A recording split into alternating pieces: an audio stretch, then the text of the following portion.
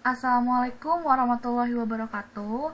Selamat pagi, siang, sore, atau malam, tergantung kapan teman-teman mendengarkan dan melihat video ini. Kembali lagi bersama aku Syifa, dan hari ini kita akan belajar akuntansi sebagai dalam rangka persiapan UTS.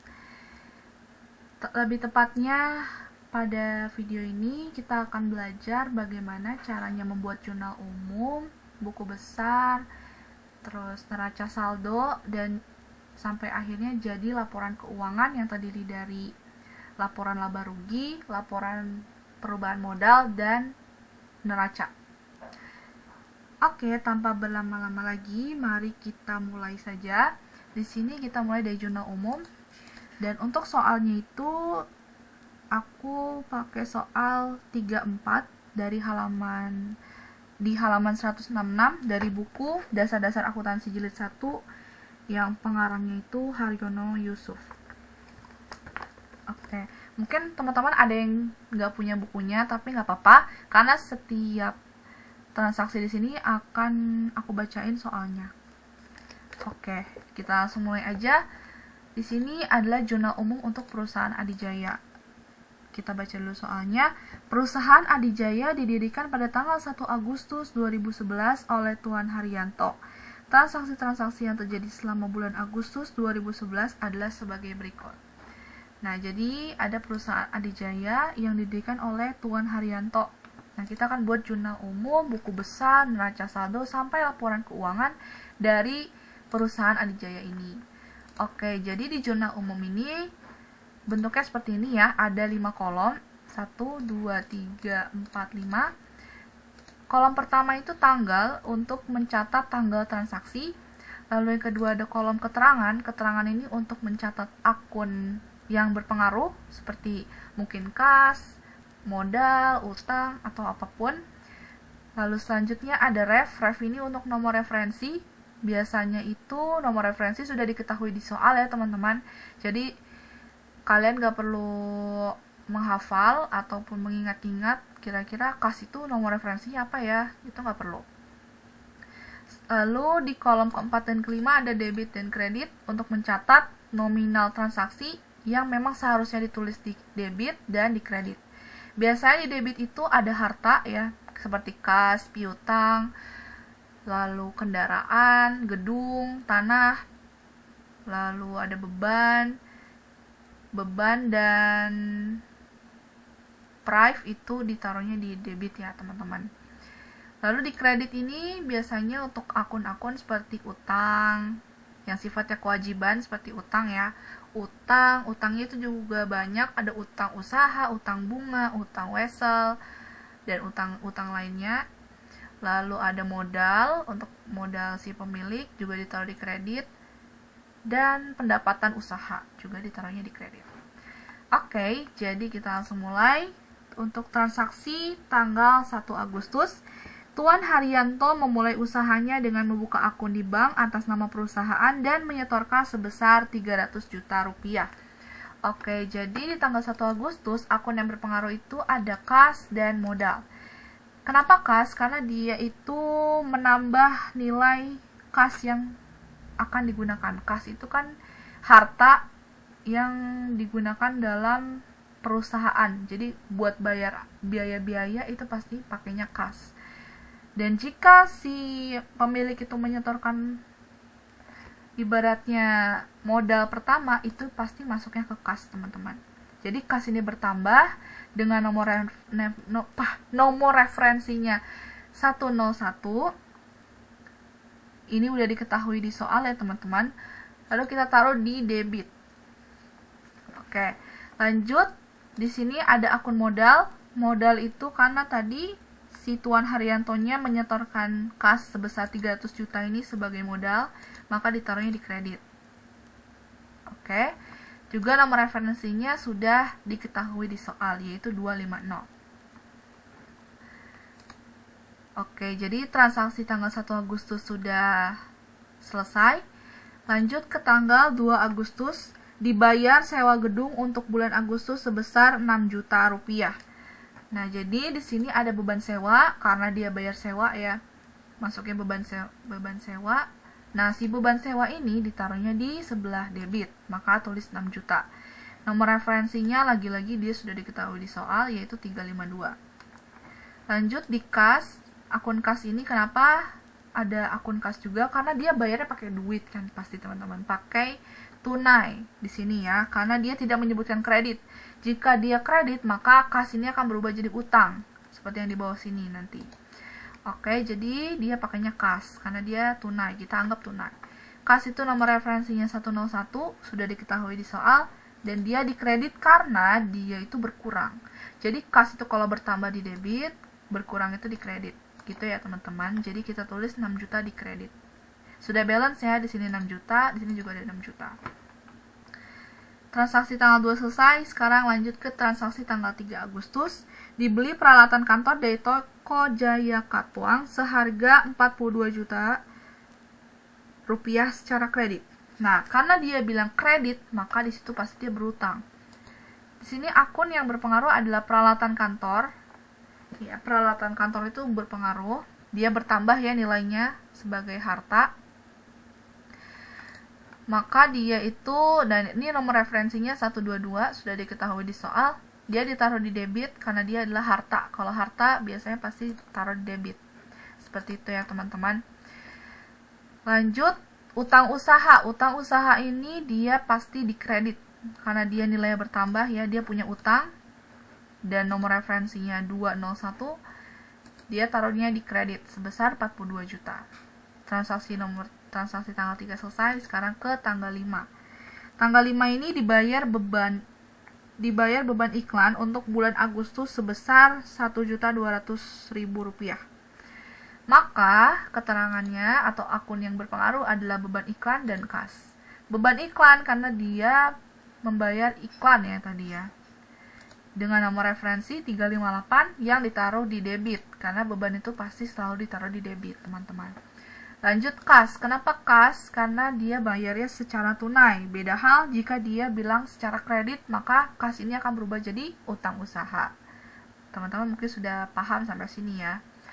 Nah, kas ini nomor referensinya 101 tadi sudah diketahui di soal, dan dia ditaruh di sebelah kredit karena dia berkurang nilainya. Oke, udah balance ya. Lalu transaksi tanggal 5 juga sudah selesai. Lanjut ke transaksi tanggal 11 Agustus. Di 11 Agustus dibeli perlengkapan kantor secara kredit seharga 2.400.000 rupiah. Jadi dia membeli perlengkapan ya, bukan peralatan, perlengkapan kantor secara kredit. Nah, kalau dia udah bilang secara kredit, maka kita udah paham bahwa dia pasti berutang, maka dia ada akun utang usaha. Jadi yang berpengaruh itu perlengkapan kantor, dia bertambah sebagai harta dengan nomor referensinya 110, dia bertambah jadi dicatat di debit, yaitu 2.400.000. Lalu utang usaha, dia ada nomor referensinya 201, dia dicatat di kredit 2.400.000. Oke, karena dia utangnya bertambah. Kalau dia utangnya berkurang, nanti dia dicatat di debit. Seperti itu ya teman-teman. Oke, lanjut ke transaksi tanggal 15 Agustus. Di tanggal 15 Agustus diselesaikan servis untuk PT Nusa 2 dan difakturkan sebesar 18 juta rupiah. Nah, di sini ada kata difakturkan. Difakturkan berarti dia itu belum bayar ya teman-teman. Dia masih ngutang. Orang atau customernya itu ngutang ke kita, bukan kita yang ngutang ya. Maka disebutnya piutang usaha. Di sini ada piutang usaha. Piutang usaha itu dicatatnya di sebelah debit. Dia punya nomor referensi 103. Tadi nominalnya sebesar 18 juta rupiah. Ya udah kita tulis 18 juta. Lalu akun yang berpengaruh adalah pendapatan. Kenapa pendapatan? Karena dia seharusnya menjadi pendapatan kita. Walaupun kita belum menerima uang tersebut, kita sudah harus catat dia sebagai pendapatan. Nah, pendapatan jasa di sini nomor referensinya 300 dicatat di kredit 18 juta. Maka sudah balance ya, 18 juta di debit dan di kredit. Oke. Lanjut transaksi tanggal 16 Agustus. Diterima uang sebesar Rp10.750.000 atas jasa yang diserahkan kepada pelanggan. Nah, kalau kayak gini dia diterima uang, berarti dia menerima uang tunai. Maka kas yang bertambah di sini. Kasnya bertambah, maka dicatat di sebelah debit dengan nomor referensi 101. Kita catat dia 10.750.000. Oke. Dan dia pendapatan karena dia adalah pendapatan kita nih, pendapatan perusahaan. Maka pendapatan jasa nomor referensinya 300 yaitu sebesar 10.750.000. Transaksi tanggal 16 selesai. Sekarang lanjut transaksi tanggal 17. Di tanggal 17 ada utang usaha. Soalnya itu dibayar cicilan kepada toko Jaya Katuang sebesar Rp15.000.000 untuk peralatan kantor yang dibeli beberapa hari sebelumnya. Nah, jadi kan sebelumnya di tanggal 3 itu ya, tanggal 3 Agustus itu dia beli peralatan kantor. Ya, dia kan kredit, dia berutang. Jadi di tanggal 17 ini dia bayar nih, cicil dulu deh, bayar utang. Maka dia mencatatnya sebagai utang usaha di sini. Utang usahanya kenapa di debit? Nah kan, utang usaha kan bukannya di kredit. Nah, karena apa, teman-teman? Karena utang usaha ini berkurang, dia mengurangi utangnya. Ya kan, dia kan bayar ceritanya. Ya berarti utangnya berkurang dong, otomatis. Maka utang usaha di sini dengan nomor referensi 201 dicatat di sebelah debit karena dia berkurang utangnya, ya, sebesar 15 juta. Lalu di sini ada kas yang berpengaruh karena dia bayar secara tunai, ya kan? Bayar secara tunai berarti kasnya dengan nomor referensi 101 berkurang 15 juta, maka dicatat di sebelah kredit. Seperti itu, teman-teman. Karena transaksi tanggal 17 sudah selesai, kita lanjut ke tanggal 19 Agustus. Diterima uang sebesar Rp9.300.000 sebagai pembayaran jasa yang telah diserahkan kepada pelanggan. Nah, dia menerima uangnya tunai ya. Maka dia ada akun kas seperti tanggal 16 Agustus. Kas dengan nomor referensi 101 ditaruh di debit 9.300.000. Dan juga pendapatan karena dia ini sebagai pendapatan yaitu 9.300.000 di kredit. Seperti itu ya, teman-teman. Lanjut tanggal 22 Agustus. 22 Agustus itu diterima cicilan pembayaran dari PT Nusa 2 sebesar Rp6.000.000. Nah, jadi PT Nusa 2 itu kan sebelumnya berhutang kepada kita. Di tanggal 15 ya. 15 Agustus itu dia utangnya 18 juta, tapi dia baru bayar 6 juta. Berarti di sini kas kita bertambah ya. Dia membayar. Berarti kas otomatis bertambah dengan nomor referensi 101. Ini lagi-lagi sudah diketahui di soal ya, teman-teman. Ditaruhnya di debit sebesar 6 juta. Lalu piutang usaha tadi kan kalau dia bertambah itu di sebelah debit ya, di debit. Tapi sekarang karena dia berkurang piutang usahanya ya, itu akan dicatat di kredit. Seperti itu. Jadi piutang usaha tadi nomor referensinya 103 kita catat di kredit sebesar 6 juta. Oke, lanjut di tanggal 24 dibayar beban perjalanan dinas sebesar Rp1.800.000. Maka ada beban di sini. Beban perjalanan ditaruh dengan nomor referensi 355 ditaruhnya di debit sebesar 1.800.000. Dan kasnya berkurang ya, karena dia harus membayar beban perjalanan itu pakainya duit tunai, maka akun kas ini berkurang. 101 secara kita taruh di kredit. Lanjut untuk tanggal 25 Agustus dibayar beban telepon bulan ini sebesar Rp675.000. Berarti kita punya beban telepon di sini dengan nomor referensi 362 kita taruh di debit ya, beban itu selalu di debit 675.000. Dan karena dia bayarnya pakai uang, berarti kasnya berkurang. Kasnya berkurang dengan referensi 101 di kredit 675.000. Oke, lanjut. Sekarang tanggal 29. Di 29 ada Prive. Tuan Haryanto mengambil uang perusahaan sebesar 10.500.000 untuk keperluan pribadi. Nah, untuk keperluan pribadi pasti dia masuk ke akun Prive. Prive itu adalah akun di mana si pemilik itu mengambil uang untuk kepentingan pribadi. Seperti itu. Maka kita punya akun sendiri yang namanya Prive. Nah, akun Prive ini kalau bertambah, dia dicatat di debit. Maka Prive dengan referensi 251 dicatat di debit yaitu sebesar 10.500.000. Dan kasnya berkurang karena dia ngambil uang. Kasnya berkurang, referensinya 101, ditaruhnya di kredit karena dia berkurang 10.500.000. Nah, lanjut. Transaksi terakhir di tanggal 31 Agustus dibayar gaji pegawai bulan ini sebesar 16.500.000. Maka dia punya beban gajinya nomor referensinya 351, ditaruh di debit 16.500.000. Dan kasnya berkurang, nomor referensinya 101, ditaruh di kredit sebesar 16.500.000. Nah, karena sudah selesai transaksinya, kita boleh jumlahkan berapa semuanya di kolom debit dan berapa jumlahnya di kolom kredit.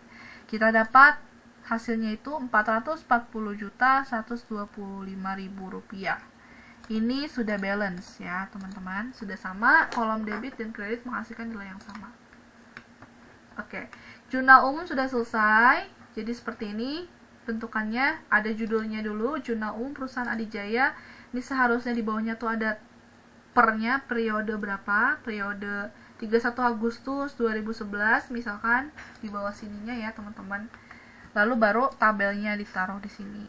Tabelnya itu punya 5 kolom, tanggal, keterangan, ref, debit, dan kredit. Seperti itu. Oke, jurnal umum sudah selesai. Kita lanjut membuat buku besar dan neraca saldo. Kita mulai dari buku besar dulu. Buku besar juga biasanya ada judulnya dulu, buku besar, terus perusahaan apa, di sini namanya perusahaan Adijaya. Lalu di bawahnya tuh biasanya suka ditambahkan periode 31 Agustus 2011. Seperti itu teman-teman. Nah, buku besar ini tuh dia memisahkan setiap akun ya. Jadi tadi kita punya akun banyak sekali. Jadi kita pisah-pisah nih, kas sendiri, piutang usaha sendiri, peralatan kantor sendiri, perlengkapan kantor sendiri. Pokoknya setiap akun punya tabelnya sendiri-sendiri. Ya, totalnya tuh ada 13, mungkin 13 tabel. Karena dia ada 13 akun ya. Di sini juga ada banyak di neraca saldonya. Oke, kita fokus dulu ke buku besar. Nah, buku besar ini kita harus pisahin nih transaksi yang menyangkut akun kas. Misalkan di sini kita contohnya dari awal akun kas. Berarti kita cari dari jurnal umum yang kas ini, kita fokus yang bagian kas. Oke, setelah kita sudah fokus untuk kas, misalkan di tanggal 1 Agustus ada kas di sini, akun kas dan posisinya di debit. Maka di tanggal 1 Agustus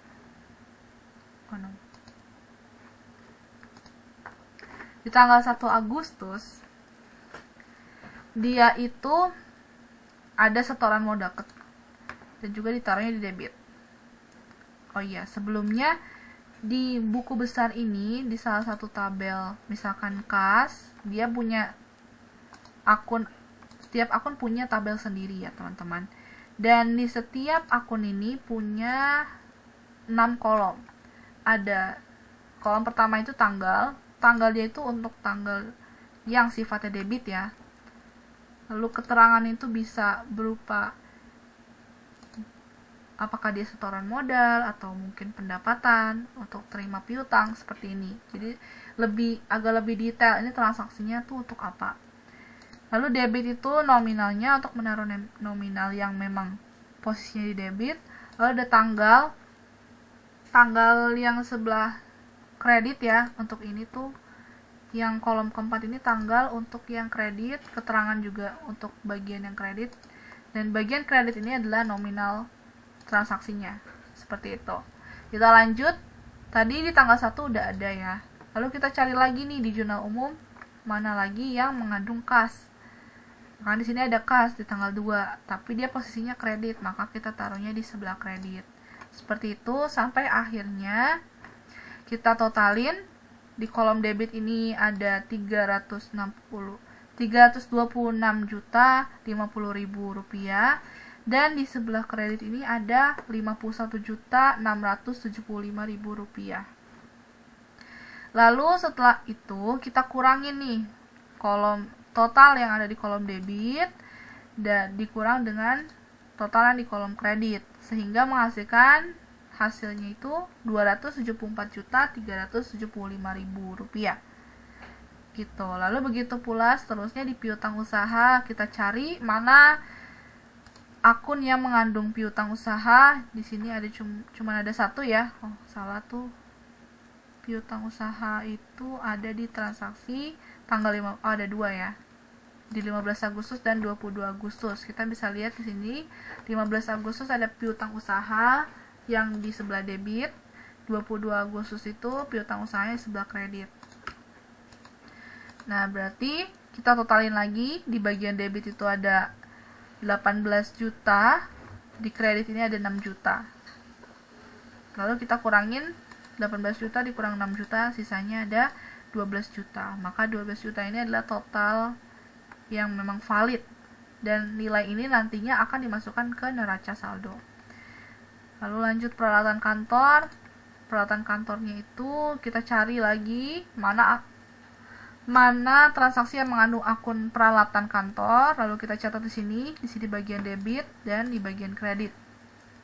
Nah, kebetulan peralatan kantor ini cuma ada di debit sebesar 42 juta, maka total peralatan kantor ini hanya 42 juta rupiah.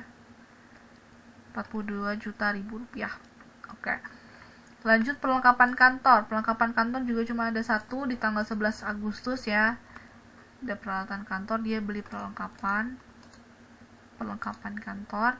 Dia ada 2.400.000. Maka kita catat di sini 2.400.000. Utang usaha juga sama di sini. Utang usahanya ini ada di tanggal 17 Agustus di posisi debit. Lalu total 15 juta. Dan di posisi kredit ini ada 3 Agustus dan 11 Agustus untuk membeli peralatan kantor dan perlengkapan kantor. Yaitu totalnya 44.400.000. Nah, 44.400.000 ini kita kurangin sama total yang ada di sini ya. 15 juta. Berarti 44.400.000 kita kurangin sama 15 juta, hasilnya 29.400.000 rupiah. Yang nantinya akan ditaruh di posisi kredit ya. Oke, lanjut modal. Modal itu cuma ada satu di bagian kredit, setoran awalnya 300 juta, maka modal itu nilainya 300 juta. Lalu lanjut ke Prive. Prive itu punya totalnya cuma satu ya, akun yang mengandung Prive itu di tanggal 29 Agustus. Ditaruhnya di debit sebesar 10.500.000 rupiah, maka total Prive juga sama.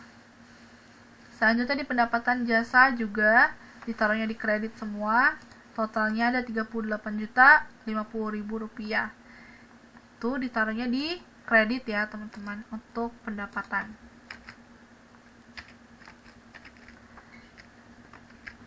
Oke, selanjutnya beban gaji cuma satu ya di tanggal 31 Agustus sebesar 16.500.000 di posisi debit, maka dia nanti juga ditaruhnya di posisi debit. Sama halnya dengan beban sewa, beban perjalanan, beban iklan, juga beban telepon ya, semuanya ditaruh di debit dengan nominalnya masing-masing. Oke, jadi intinya buku besar itu teman-teman tuh cari dari jurnal umum mana sih, misalkan kas, kita cari kas di mana aja, di tanggal 1, tanggal 3, tanggal 2, terus tanggal 5, tanggal berapa lagi, pokoknya dicari. Dan jangan lupa untuk teliti dia tuh posisinya di mana, apakah di debit, kalau di kiri berarti kan di debit, kalau kanan berarti di kredit, seperti itu. Itu aja sih untuk buku besar. Kita lanjut aja membuat neraca saldonya. Jadi setelah teman-teman sudah selesai nih membuat buku besar, kita akan posting lagi ke neraca saldo. Nah, di sini neraca saldo itu pasti dia ada judulnya, perusahaan apa nih, terus ada neraca saldo per 31 Agustus 2011. periode ya, periode 31 Agustus 2011. Sini dia hanya ada 3 kolom, lebih sederhana, cuman ada nama akun, debit, kredit. Nama akun itu ya nama akun yang akan ditulis, nanti kas, piutang usaha, perlengkapan kantor. Lalu debit itu adalah jumlah atau nominal yang ada di debit. Ya, akun-akun yang ada di debit itu tadi akun harta, ya. Lalu akun prive, akun beban. Itu aja yang ada di debit. Lalu di kredit ini ada utang dan modal, juga pendapatan. Nah, baik, jadi di sini kita tinggal posting aja. Posting itu artinya teman-teman menyalin ya, menyalin atau tinggal pindahin berapa nominal yang didapat di buku besar. Misalkan dari di kas ini 274 juta 375.000, ini kita pindahin ke bagian kas di posisi debit. Begitu juga piutang usaha sampai beban telepon. Lalu didapat total di debit ini adalah 367.450, 367 juta 450.000 rupiah, dan di sebelah kreditnya juga sama. Sehingga kita bisa simpulkan kalau keduanya sudah balance untuk neraca saldo. Sampai sini jelas ya teman-teman?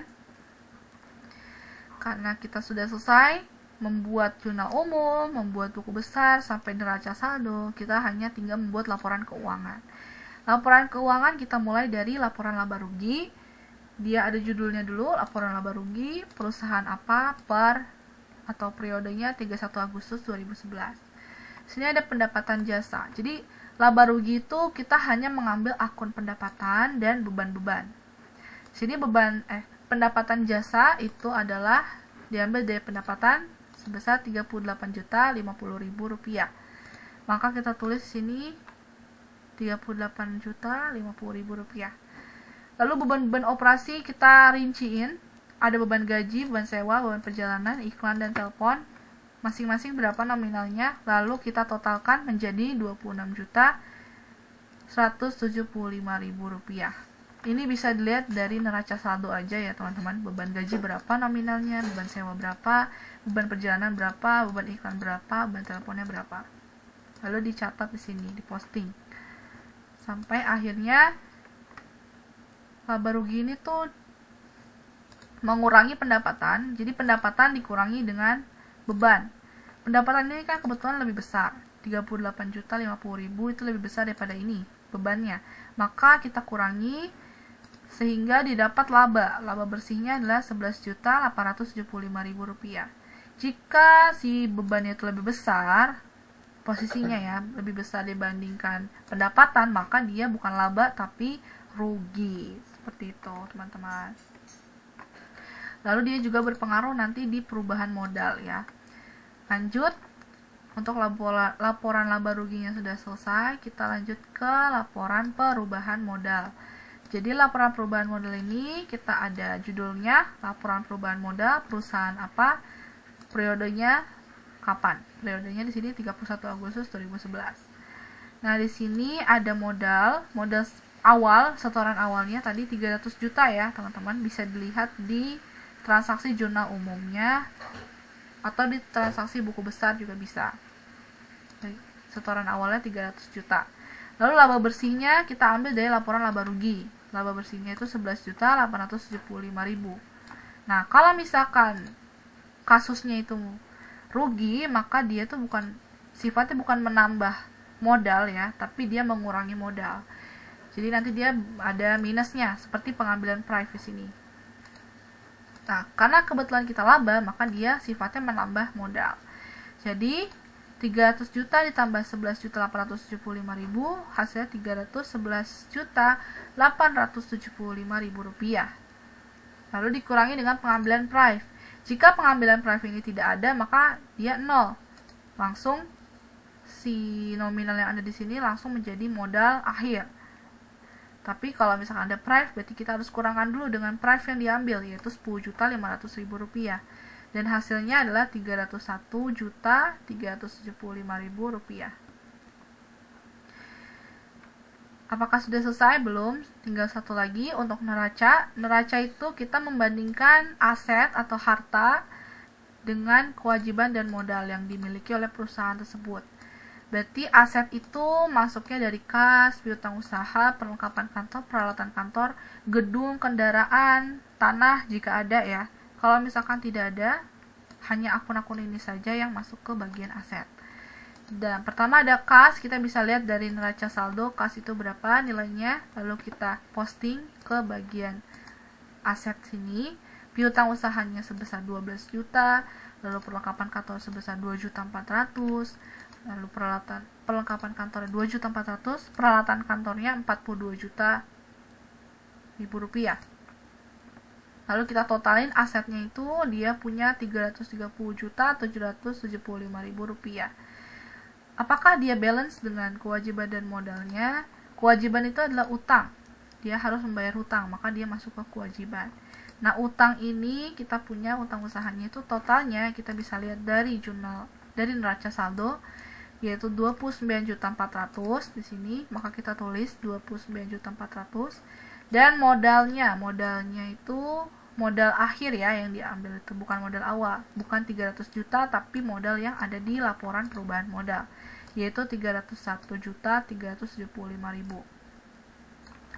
Maka kita langsung totalkan antara utang dan modal yang dimiliki, modal akhir yang dimiliki, sehingga dihasilkan nominal 330.775.000 rupiah.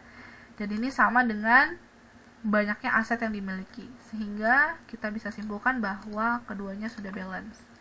Jadi itu dia teman-teman, bagaimana caranya membuat jurnal umum, buku besar, lalu neraca saldo, sampai akhirnya laporan keuangan yang terdiri dari laporan laba rugi, lalu laporan perubahan modal, dan laporan dan neraca ya. Terakhir itu neraca. Semoga teman-teman bisa mengerti penjelasan aku hari ini. Semangat belajarnya, semoga lancar untuk UTS-nya. Sehat-sehat selalu teman-teman. Sampai jumpa. Bye-bye. Wassalamualaikum warahmatullahi wabarakatuh.